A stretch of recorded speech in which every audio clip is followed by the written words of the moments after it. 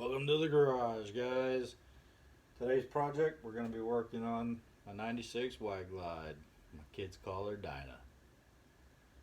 She's the black beauty of the barn, and she's got some leaking fork seals on it. We previously done this project a couple months back. Put brand new fork seals, dust covers, and all the hardware inside, new fork oil. But we messed up and put some other kind of fork oil in it, not the recommended stuff, and she's leaking really bad. Go figure. So we're going to pull it down, put a new set of seals in it. But the other project we had today, we were working on the Suzuki TL1000R, and we found the leaking issue on it, and it is the clutch cover outer cover, which is a plastic cover that fits on the inner cover, has a flat mating surface, and the bowl-shaped cover that goes over. The clutch hub has an O-ring along the mating surface, has like a fitted O-ring into a notch groove in there, and it mates against a flat surface on the inner clutch housing.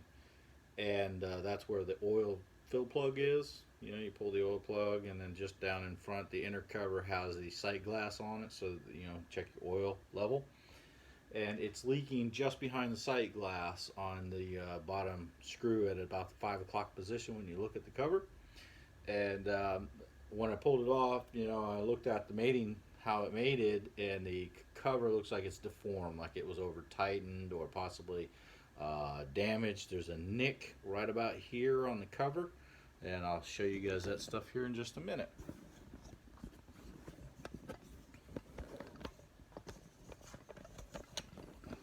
So what I'm talking about is this cover right here. It's got your oil in it down here along this surface. She's spewing oil out when you're riding so much. My shoe's soaked. It's got oil on the back tire, oil on the exhaust. It's not a very good situation. This is a plastic cover. See, it's got a little nick damage right here in the case right here. And I don't know, you know, usually the body's over top, you know, the plastic body that's over top, you know, so maybe it got laid down. I don't know how that nick got there, but anyways, it was leaking previously on the project that I did the electrical repair on this bike, and this is where, you know, I just tightened it down to 8 foot-pounds, you know, to make sure that they were all torqued to spec. And she's just continually leaking really bad, so, you know, she's deformed. So we went ahead and ordered a brand new one. That'll be coming in the mail. Brand new Suzuki OEM part for this bike. Got the O-ring and the gasket. We'll clean up the mating surface on the interior housing on that, and we'll install the new parts on it. 1 to 2 weeks on the delivery. You know, this whole situation going on with supply chain issues and all that. So I'm hoping it's not coming straight from Japan, but if it is, I'll wait on it. Do it right, so you don't have to do it again. So, but in the meantime, we're going to work on Dyna here. You know, I got to redo that same project over again on it, and I want to address an issue. My best video is about the Dyna rear end, the rear wheel alignment issue, and how to, you know, the tool I used for doing this that I fabricated for doing the alignment of the rear axle alignment, you know, so your rear wheel is in line with the bike and not cocked sideways. That's my best video. And I was talking about in that video also how the rear wheel was off.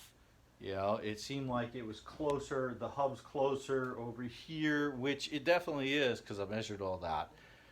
But I noticed it just seemed like the wheel wasn't vertical. But when I put the inclinometer on the wheel and did the body and chassis alignment, it was all within measurement. And so, but what I found out was it was that rear isolator.